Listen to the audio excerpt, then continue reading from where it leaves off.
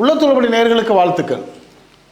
அமெரிக்காவில் வந்து இன்றைக்கி வந்து 2 மாகாணங்களில் வந்து காட்டுத்தீ பரவி, காட்டுக்குள்ளே இல்லை, நாட்டுக்குள்ளே, ஊருக்குள்ளே, டவுனுக்குள்ளே வந்துருச்சு. 10 நாளாக பற்றி எரியுது. கிட்டத்தட்ட 40,000 ஏக்கர் அளவுக்கு உள்ள நகரம் அழிஞ்சு போச்சு. இவ்வளோ பெரிய நாசம் அமெரிக்காவுக்கு வர காரணம் என்ன? ட்ரம்ப் அவர்கள் வந்து ஆட்சிக்கு வந்த பிறகு பாலஸ்தீனத்தில் காசாவில் வந்து நான் 20ஆம் தேதிக்குள்ளே, ஜனவரி 20ஆம் தேதி நான் நரகத்தை காட்டுவேன்னு சொன்னாராம். இவர் காசாவில் நரகத்தை காட்டுறேன்னு சொல்கிறதுக்கு முன்னாடி, 20ஆம் தேதிக்கு முன்னாடி இங்கே அமெரிக்காவில் நரகம் வந்து இயற்கையாக உருவாயிருச்சுங்கிற வேதனையான விஷயந்தான் வருது. அது என்னங்கிறத இப்போ ஒரு நபர் வந்து வலைதளத்தில் போட்டிருக்காரு. அதை நம்ம கேட்டவுடனே நம்மளுக்கு நெஞ்சு வலிக்குது, பதபதக்குது. அதை கேளுங்க. இப்போ எனக்கு என்னமோ உலகம் அழிய போகுதுன்னு தான் தோணுது. இந்த மாதிரி ஒரு தீ விபத்தை நான் இதுவரை பார்த்ததில்லை, இது கேள்விப்பட்டதும் இல்லை.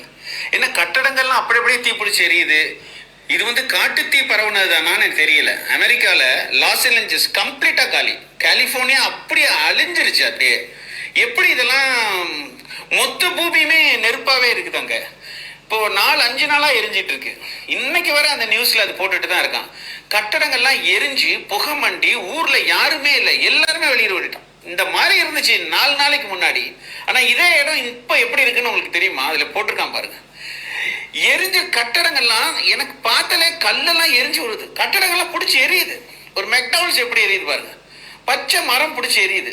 எனக்கு என்னன்னா, அவ்வளோதானே நம்ம சேர்த்து வச்சது, எல்லாருக்கும் இப்போ உதவி பண்ணலையா, குடும்ப சண்டை, அந்த சண்டை, இந்த சண்டைன்னு அந்த மாதிரி நான் தத்துவம் சொல்ல வரல. எல்லாமே வேஸ்ட்டாக போச்சு.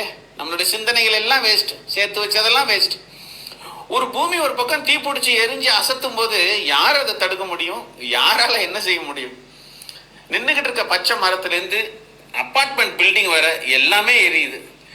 கடற்கரையெல்லாம் அதுக்கு பக்கத்தில் இருந்ததெல்லாம் எங்கேருந்து வந்துச்சு இந்த நெருப்புன்றான். ஒருத்தர் சொல்கிறான் மேலேருந்து கொட்டுச்சுங்கிறான். இது வந்து கார் உருகிட்டு போன அது அலுமினியம் உருகி ஓடி இருக்கு. எல்லா பில்டிங்குமே எரிஞ்சு போச்சு. இன்னும் நடக்குது.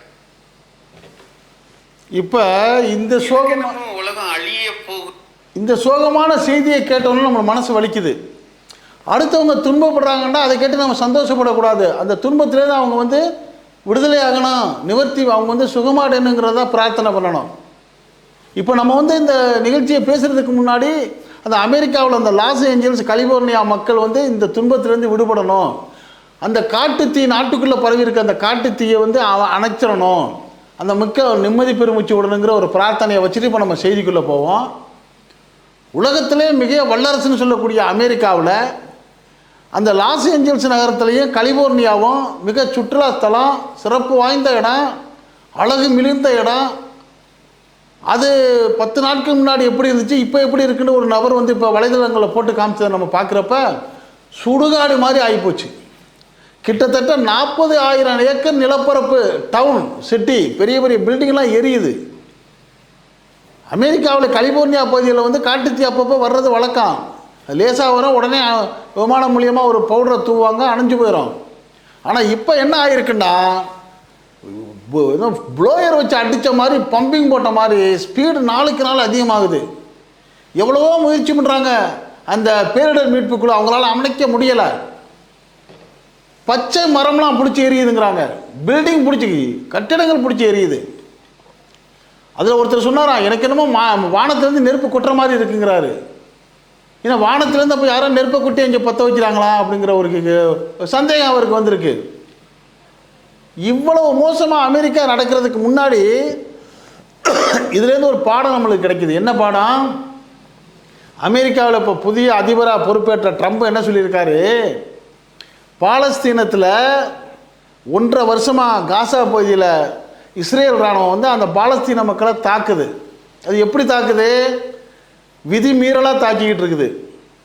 போர்னு சொன்னால் பிள்ளைகளையும் பெண்களையும் தாக்கக்கூடாதுங்கிறது போர் விதி.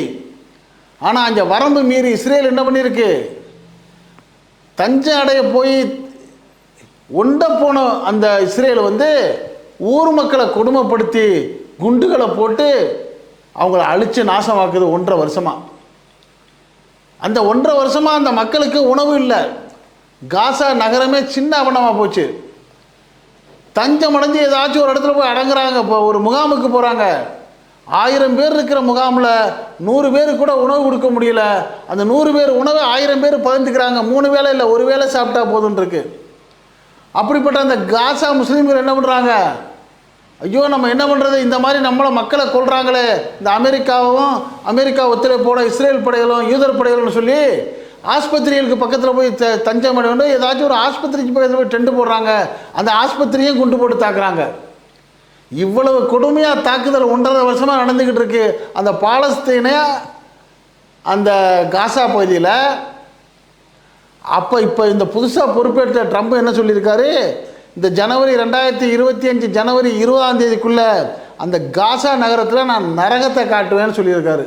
இவர் அங்கே நரகத்தை காட்டுவாராம். ஏற்கனவே தான் 1.5 வருஷமாக நரகமாக தானே இருக்குது. இப்போ இதை விட கோரமாக ஏதோ செய்யணுங்கிற ஒரு திட்டம் போட்டிருந்திருக்காரு. அவர் ஒரு திட்டம் போட்ட, இயற்கை ஒரு திட்டம் எப்படி போட்டுருச்சு பாருங்க. நீ 20ஆம் தேதி தானப்பா நீ டைம் சொல்லியிருக்கிறா, அதுக்கு முன்னாடி நான் உனக்கு காட்டுறேன்னு சொல்லிட்டு என்னமோ அப்படி தான் நினைக்கிற மாதிரி இருக்குது. ஜனவரி 7ஆம் தேதியே அமெரிக்கா பற்றிக்கிட்டு எரியுது. அதுலேயும் பாருங்கள், எந்த மக்கள் பாலஸ்தீனத்தில் காசா பகுதியில் அடிக்கிறாங்க? யூதர்கள். அந்த யூதர்கள் அதிகமாக வாழக்கூடிய அந்த யூதர் மக்களும் அவருக்கு ஆதரவான மக்களும் வசிக்கக்கூடிய அந்த அமெரிக்காவில் உள்ள 2 மாகாணங்களான லாஸ் ஏஞ்சல்ஸு கலிபோர்னியா, அங்கே தாங்க நெருப்பு பிடிச்சி எரியுது. காட்டு தீவி வந்தால் மரங்களை தான் பிடிக்கும், இங்கே கட்டடங்களை பிடிக்குது.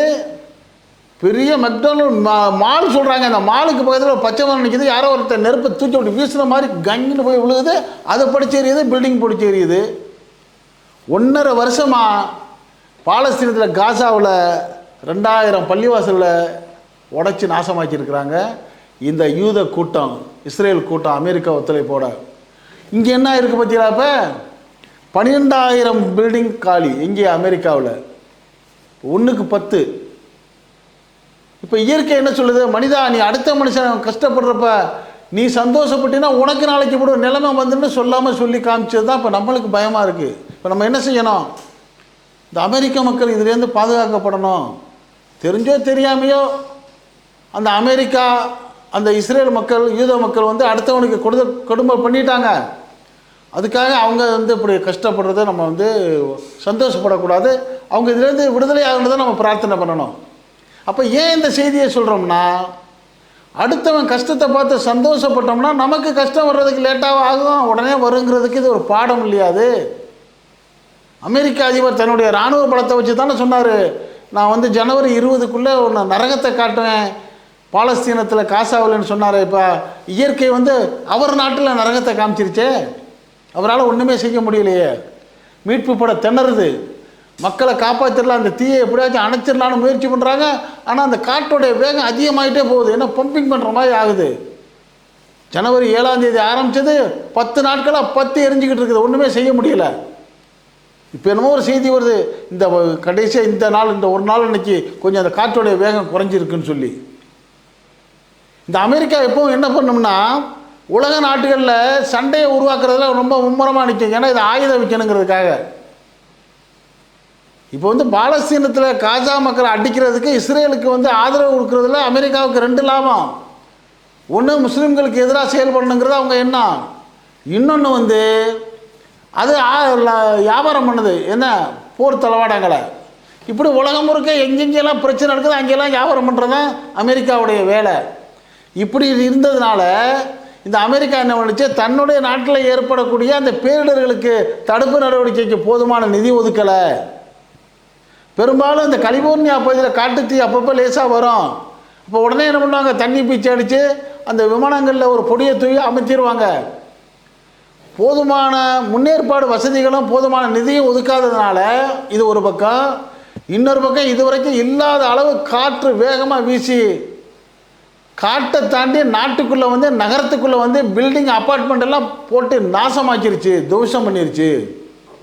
அந்த அமெரிக்காவில் உள்ள ஒருத்தர் சொல்லி பதறாராம், அதாவது நெருப்பு வானத்திலேருந்து யாரை கொட்டுற மாதிரி இருக்குது, அப்படி கொட்டுறாங்க, பிடிச்சிது, பற்றிட்டு எரியுதுங்கிறாங்க. எவ்வளோ பெரிய சோகம் பாருங்கள். அமெரிக்கா மக்கள் அகதிகளாக போகிறாங்க. இங்கே பாலஸ்தீனத்தில் எப்படி அந்த காசாவில் மக்கள் அகதிகளாக போனாங்களோ அதே மாதிரி இன்றைக்கி அமெரிக்காவில் மக்கள் அகதிகளாக போயிட்டாங்க. அதில் சொல்கிறாரு, ஒரு மிக பிரபலமான ஒரு திரைப்பட நடிகர், பல கோடான கோடிகளுக்கு சொந்தக்கார ஒரு நடிகர், அவர் வீடு பூரா எரிஞ்சு நாசமாக போச்சு. அவரும் போய் முகாமில் இருந்துக்கிட்டு தட்டெடுத்துக்கிட்டு சொத்துக்கிட்டு நிற்கிறாருங்கிற சோகநிலை ஏற்பட்டு போச்சு. இன்றைக்கி வந்து கிட்டத்தட்ட 40,000 ஏக்கர் நிலப்பரப்பு நகரத்தில் அழிஞ்சு போச்சு. அதை வந்து அந்த தொலைக்காட்சியை போட்டு காட்டுறாங்க, பிஃபோர் ஆஃப்டர்னு. பிஃபோர் காட்டுறப்ப எவ்வளோ அழகான நகரமாக இருக்குது, ஆஃப்டர் பார்த்தா சுடுகாடு மாதிரி இருக்குது. இதே மாதிரி தான் பாலஸ்தீனத்தில் காசாவை நீங்கள் ஆக்கியிருக்கீங்க சுடுகாடா. ஆனால் எத்தனை நாளாக ஆக்குனீங்க? 1.5 வருஷமாக ஆக்குனீங்க. நீங்கள் இந்த 1.5 வருஷமாக பாலஸ்தீன காசாவை நாசமாக்குனதுடைய அந்த இழப்புடைய தொகை வந்து $40 பில்லியன் சொல்கிறாங்க. நீ 1.5 வருஷமாக ஆக்கின $40 பில்லியன் இழப்பு இந்த 10 நாளுக்குள்ள அமெரிக்காவில் $50 பில்லியன் இழப்பு. நீ 1.5 வருஷம் அடித்த அடியே 10 நாளில் இயற்கை உனக்கு திருப்பி கொடுத்துருச்சு. இன்னும் என்ன நடக்க போகுதுன்னு பயந்துக்கிட்டு இருக்கிறாங்க. இப்போ தான் அந்த America federal emergency management agency வந்து கலிபோர்னியாவுக்கு மட்டும் $8.4 மில்லியன் அதிகமாக பேரிடர் உதவிக்கு வந்து ஒப்புதல் கொடுத்துருக்காங்களாம். ஆக இப்போ அமெரிக்காவுக்கு ஒரு பாடம் மட்டும் இல்லை, உலகத்தில் உள்ள எல்லா மக்களுக்கும் இப்போ நம்மளுக்கு ஒரு பாடம் என்ன கிடைச்சிருக்கு. அடுத்த வீட்டில் ஒருத்தனுக்கு கஷ்டம்னா அதை பார்த்து நம்ம சந்தோஷப்படக்கூடாது, முடிஞ்ச அளவு உதவி தான் செய்யணும். அது அடுத்த வீடாக இருக்கட்டும், அடுத்த ஊராக இருக்கட்டும், அடுத்த நாடாக இருக்கட்டும், உலகத்தில் எங்கேயா இருந்தாலும் ஒருத்தனுக்கு துன்பம் நடக்குதுன்னா என்ன பண்ணணும்? ஐயோ அந்த துன்பத்திலேருந்து அவன் காப்பாற்றணுங்கிற பிரார்த்தனையை தான் வைக்கணும். ஒழிய நம்ம சந்தோஷப்படக்கூடாதுங்கிற ஒரு பாடம் நம்மளுக்கு கிடைக்குது. அது மட்டும் இல்லாமல் நியாயமற்ற முறையில் ஒருத்தனுக்கு வீம்புக்கு துணை போகக்கூடாது. பாலஸ்தீனத்தில் வாழ்ந்த அந்த காசா பகுதி மக்கள், இஸ்லாமிய மக்கள், அவங்க சொந்த பூமி அது. அந்த சொந்த பூமியில் எங்கேயுமே நாட்டில் இடம் இல்லாமல் நாடோடிகளாக தெரிஞ்ச இந்த யூதர்கள் போய் நாங்கள் ஒரு மூலையில் தங்கிக்கிறப்பான்னு கேட்டாங்க. போனால் போய்த்துட்டு போதுன்னு ஒரு மூலையை இடம் காமிச்சாங்க.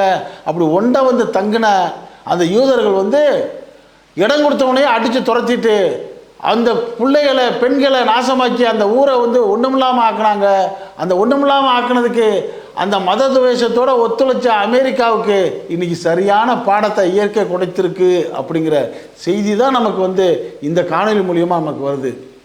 இப்போ நம்ம வைக்கக்கூடிய பிரார்த்தனையும் பாடமும் என்னென்னா, எந்த ஒரு மனிதருக்கு துன்பம் வந்தாலும் அந்த துன்பத்துக்கு நம்ம வந்து அவங்க பக்கம் அவங்க துன்பத்திலேருந்து விடுபடணுங்கிற வேண்டுகோளையும் பிரார்த்தனையும் வைக்கணும். அநியாயமான முறையில் யாருக்கும் ஒரு பாதிப்பை ஏற்படுத்தக்கூடாதுங்கிற நல்ல செய்தியை மட்டும் நம்ம சொல்கிறோம். இந்த செய்தியை வந்து நீங்கள் உங்கள் நண்பர்களுக்கும் உறவுகளுக்கும் ஷேர் பண்ணுங்கள். இது பற்றிய உங்களுடைய கருத்துக்களை நீங்கள் நம்ம அந்த உள்ளத்தில் உள்ளபடி கமெண்ட் செக்ஷனில் கமெண்ட்ஸ் பண்ணுங்கள். இது பிடிச்சிருந்தா ஒரு லைக் கொடுங்க. இது வரைக்கும் நம்ம சேனலுக்கு சப்ஸ்கிரைப் பண்ணாதவங்க சப்ஸ்கிரைப் பண்ணுங்கள். மறக்காமல் பக்கத்தில் இருக்க பெல் ஐக்கானை கிளிக் பண்ணுங்கள். அப்போ தான் நம்ம போடக்கூடிய ஒவ்வொரு தகவல்களும் உங்களுக்கு நோட்டிஃபிகேஷன் காட்டும். நீங்கள் விரும்பிய செய்தியை பார்க்கலாம். என்றும் இணைந்திருப்போம். நன்றி, வாழ்த்துக்கள்.